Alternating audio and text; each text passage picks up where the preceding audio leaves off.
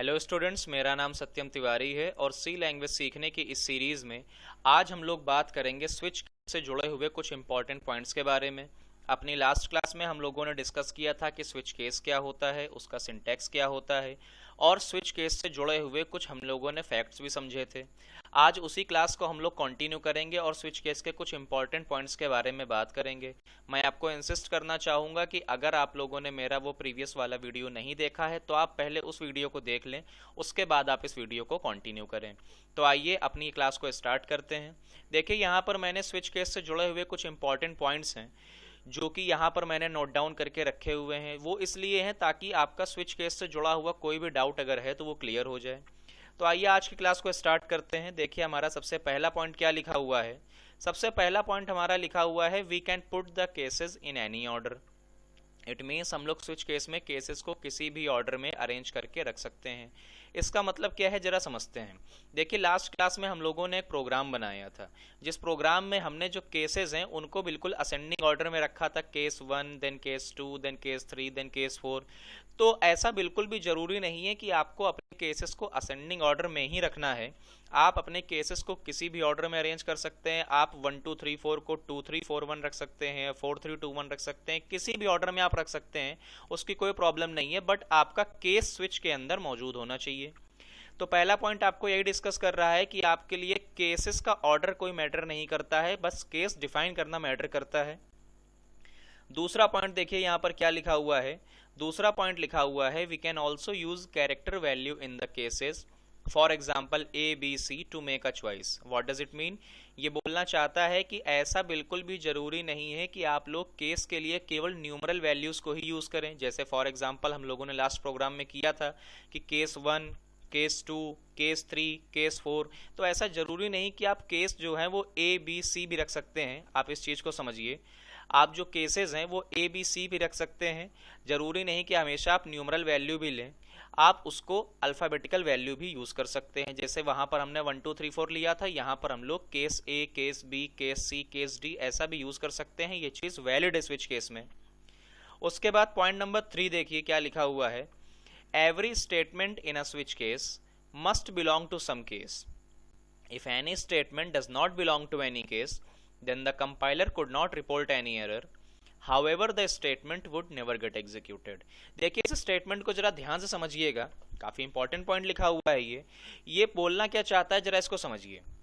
मैं आपको एक एग्जांपल देता हूँ, एग्जांपल से आपको ज्यादा अच्छे समझ में आएगा। फॉर एग्जांपल, हम लोगों ने एक स्विच केस का प्रोग्राम बनाया। जिसमें मैंने यूजर को 4 चॉइसेस प्रोवाइड की कि अगर वो 1 दबाएगा तो एडिशन होगा, 2 दबाएगा तो सब्सट्रैक्शन होगा, 3 दबाएगा तो मल्टीप्लिकेशन होगा और 4 दबाएगा तो डिवाइड हो जाएगा। ये मैंने 4 चॉइसेस यूजर के सामने प्रिंट कराई। बट जब मैं स्विच को डिफाइन कर रहा था तो मैंने वहां पर 4 की जगह 5 केसेस डिफाइन कर दिए। पहला केस एडिशन के लिए, दूसरा केस सब्सट्रैक्शन के लिए, तीसरा केस मल्टीप्लिकेशन के लिए, चौथा केस डिवाइड के लिए और एक 5वां केस मैंने और डिसाइड कर दिया वहां पर फैक्टोरियल के लिए। अब जब मैंने वहां पर सारी चीजें डिस्क्राइब कर दी, मैंने 5वां केस फैक्टोरियल का डिस्क्राइब तो किया हुआ है, बट उसके बारे में यूजर को कोई भी जानकारी नहीं दी है कि भाई 5 दबाने से फैक्टोरियल मिलने वाला है। अब यूजर के सामने जब ये जानकारी है ही नहीं तो यूजर कभी भी 5 को प्रेस करेगा ही नहीं। इसका मतलब क्या है? इसका मतलब यह है कि आपके सामने कोई भी एरर तो नहीं आएगी, बट आपका फैक्टोरियल वाला केस कभी भी एग्जीक्यूट नहीं होगा। तो यही चीज वो बोलना चाहता है कि अगर आपने स्विच केस में कोई भी चीज बनाई है तो उसके बारे में आप यूजर को जानकारी जरूर दें, तभी यूजर उस चीज के लिए रिस्पॉन्ड करेगा। तो ये आपका पॉइंट नंबर 3 था। आगे हम लोग बात कर लेते हैं पॉइंट नंबर 4 के बारे में। पॉइंट नंबर 4 लिखा हुआ है, अ स्विच केस में बी नेस्टेड। बोल रहा है स्विच केस नेस्टेड भी हो सकता है। यहाँ पर नेस्टेड वर्ड का मतलब आप लोगों को शायद ना पता हो तो मैं बता दूं। जब हम लोग एक ट्रिक के अंदर उसी ट्रिक को फिर से अप्लाई करते हैं तो वहां पर नेस्टेड वर्ड यूज होता है। जैसे मैंने यहाँ पर बोला नेस्टेड स्विच, तो इसका मतलब क्या है, हमने लिया स्विच केस और स्विच केस के अंदर एक और स्विच केस को इंप्लीमेंट कर दिया, तो ये क्या कहलाएगा, नेस्टेड स्विच केस कहलाएगा। फॉर एग्जाम्पल, अगर मैं बोलूं नेस्टेड इफ, तो इसका मतलब क्या होगा, इफ स्टेटमेंट उसके अंदर एक और इफ स्टेटमेंट। अगर मैं बोलूं नेस्टेड इफ एल्स, तो नेस्टेड इफ एल्स का मतलब क्या होगा, इफ एल्स उसके अंदर एक और इफ एल्स। अगर मैं बोलूं नेस्टेड फॉर, तो इसका मतलब क्या होगा, फॉर लूप उसके अंदर एक और फॉर लूप। तो आई होप कि आपको नेस्टेड का मतलब क्लियर हो गया होगा। आगे बात करते हैं अपने अगले पॉइंट के बारे में। देखिए हमारा अगला पॉइंट क्या लिखा हुआ है, we can't use floating point value और strings in switch cases to make a choice. मतलब क्या है ये कहना चाहता है कि हम लोग स्विच केस में फ्लोट वैल्यूज को और स्ट्रिंग को यूज नहीं कर सकते हैं। देखिए इस चीज को जरा अच्छे समझते हैं। अभी अभी ऊपर आपको दो चीजें पता चली कि स्विच केस में हम लोग केस बनाने के लिए यूज कर सकते हैं इंटीजर वैल्यूज को, for example 1 2 3 4 and so on. हम यूज कर सकते हैं कैरेक्टर वैल्यूज को, जैसे A B C D E F. क्या हम यूज नहीं कर सकते हैं, वो यहां पर बता रहा है कि हम लोग फ्लोट वैल्यूज को यूज नहीं कर सकते हैं। इट मींस केस नंबर 3.2 ऐसा कुछ भी वैलिड नहीं होगा, क्योंकि फ्लोट वैल्यूज को हम लोग यूज नहीं कर सकते हैं। और बोल रहा है कि स्ट्रिंग्स को भी यूज नहीं कर सकते हैं। स्ट्रिंग क्या होता है, group of characters is known as string. आपके कैरेक्टर्स के ग्रुप को स्ट्रिंग बोला जाता है। जैसे फॉर एग्जांपल मेरा नाम है सत्यम, अगर हम सत्यम में केवल एस की बात करें तो एस क्या होगा, एस एक कैरेक्टर है। बट अगर मैं पूरे नाम को उठा लूं सत्यम, तो यहां पर क्या है, पूरा सत्यम एक स्ट्रिंग कहलाएगा। यहां पर कई सारे कैरेक्टर्स को ग्रुप करके एक वर्ड बनाया गया है। नॉर्मली आप लोग इंग्लिश लैंग्वेज में क्या पढ़ते हैं, group of character is known as word, but in computer language यहां पर हम लोग उसे बोलते हैं स्ट्रिंग। तो ये बोल रहा है कि ना ही हम लोग फ्लोट वैल्यूज को यूज कर सकते हैं स्विच केस में, और ना ही हम लोग स्ट्रिंग्स को यूज कर सकते हैं। It means case Satyam, case Saurabh, case Amit, ऐसा कुछ भी पॉसिबल नहीं है स्विच केस में। आगे बात कर लेते हैं अपने अगले पॉइंट के बारे में। देखिए अगला पॉइंट काफी इंपॉर्टेंट है, आपको इसे ध्यान से समझना होगा। अगले पॉइंट में देखिए लिखा गया हुआ है, we can also check the value of expression in a switch. ये बोल रहा है कि स्विच केस में जरूरी नहीं है कि हमेशा हम लोग नंबर्स और कैरेक्टर्स को ही लें, हम लोग एक्सप्रेशन भी वहां पर ले सकते हैं। जैसे देखिए मैंने यहाँ पर पहला एग्जाम्पल लिखा हुआ है। पहला एग्जाम्पल क्या लिखा है, स्विच इन द ब्रैकेट 2 + 3 - 1। ये बोल रहा है कि एक वैलिड सिनेरियो है, मतलब एक वैलिड केस है ये। मतलब क्या होगा, जब आपका स्विच केस एग्जीक्यूट होगा तो पहले ये एक्सप्रेशन सॉल्व होगा। 2 + 3 5, 5 - 1 कितना हो गया, 4। तो फाइनल वैल्यू क्या आ जाएगी, 4।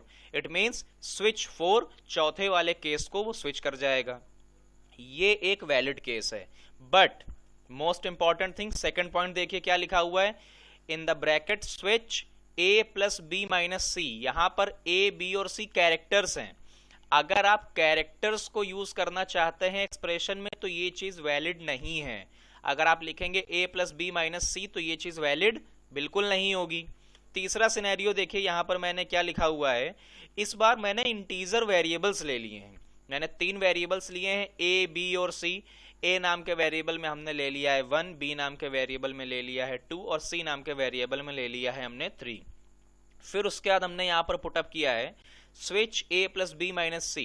तो इस बार a, b और c कैरेक्टर्स नहीं है, इस बार a, b और c वेरिएबल्स हैं।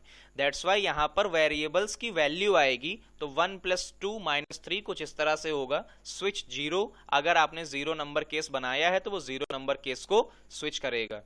तो ये आपका वैल्यू था, 6 पॉइंट था, किस तरह से आप एक्सप्रेशन की वैल्यू अपने स्विच केस में चेक कर सकते हैं और क्या क्या पॉसिबिलिटीज हो सकती हैं आपकी एक्सप्रेशन के साथ। उसके बाद हम लोग आगे बात करते हैं अपने नेक्स्ट पॉइंट के बारे में। देखिए नेक्स्ट पॉइंट हमारा क्या लिखा हुआ है, the default statement in switch case is not necessary, it is an optional statement which we use for user ease. What does it mean, बोल रहा है जो डिफॉल्ट स्टेटमेंट हम लोग लगाते हैं स्विच केस में वो जरूरी नहीं है, कंपलसरी बिल्कुल भी नहीं है। ये एक ऑप्शनल स्टेटमेंट है जिसे हम लोग लगाते हैं यूजर की ईज, यूजर की कन्वीनियंस के लिए। कहने का मतलब ये है कि अगर हम डिफॉल्ट स्टेटमेंट नहीं भी लगाएंगे तब भी प्रोग्राम में कोई भी एरर नहीं आएगी, आपका प्रोग्राम इजीली एग्जीक्यूट होगा। बट इन एनी केस अगर आप कोई गलत चॉइस को एंटर कर देते हैं उस केस में आपका डिफॉल्ट एग्जीक्यूट होगा। तो यूजर तक ये जानकारी पहुंचाने के लिए कि उसने गलत डेटा एंटर किया हुआ है, इसलिए हम लोग डिफॉल्ट स्टेटमेंट को अपने प्रोग्राम में यूज करते हैं। और जैसा कि मैंने आपको ऊपर एक पॉइंट बताया था प्रीवियसली कि स्विच केस में केसेस को किसी भी ऑर्डर में अरेंज किया जा सकता है, सेम एज डिफॉल्ट को भी आप पूरे स्विच केस में कहीं भी रख सकते हैं, उसकी कोई प्रॉब्लम नहीं है। डिफॉल्ट को भी आप कहीं भी अरेंज कर सकते हैं, ऐसा बिल्कुल भी जरूरी नहीं है कि आप डिफॉल्ट को बिल्कुल लास्ट में ही रखें। तो ये स्विच केस से जुड़े हुए कुछ पॉइंट्स थे, आई होप कि आपको समझ में आए होंगे। इसके बाद आगे देखिए, एक पॉइंट के बारे में और बात कर लेते हैं, इसको मैंने अलग से पॉइंट आउट किया हुआ है क्योंकि इससे आपके एग्जाम में अक्सर क्वेश्चन पूछा जाता है। ये 1 मार्क क्वेश्चन आता है आपका ऑब्जेक्टिव में। देखिए, पॉइंट का नाम है फॉल्स थ्रो सिचुएशन। अब ये फॉल्स थ्रो सिचुएशन क्या है, एक एग्जाम्पल मैंने यहाँ पर लिखा हुआ है, उसको समझिए। देखिए यहाँ पर मैंने क्या किया है, ch नाम के वेरिएबल में 2 ले लिया है। ch हमारा एक इंटीजर वेरिएबल है जिसमें वैल्यू असाइनमेंट करी है मैंने 2। फिर मैंने लिखा स्विच और ब्रैकेट के अंदर ये वेरिएबल पास कर दिया। देन यहाँ पर मैंने केसेस बनाए हैं, पहला केस, दूसरा केस, तीसरा केस, और उसके बाद मैंने एक डिफॉल्ट यहाँ पर एग्जीक्यूट किया हुआ है। यहाँ पर मैं आपसे आउटपुट पूछना चाहता हूँ कि आउटपुट क्या आएगा इस कोड का अगर हम इस कोड को एग्जीक्यूट कराएंगे। बहुत सारे लोगों का आंसर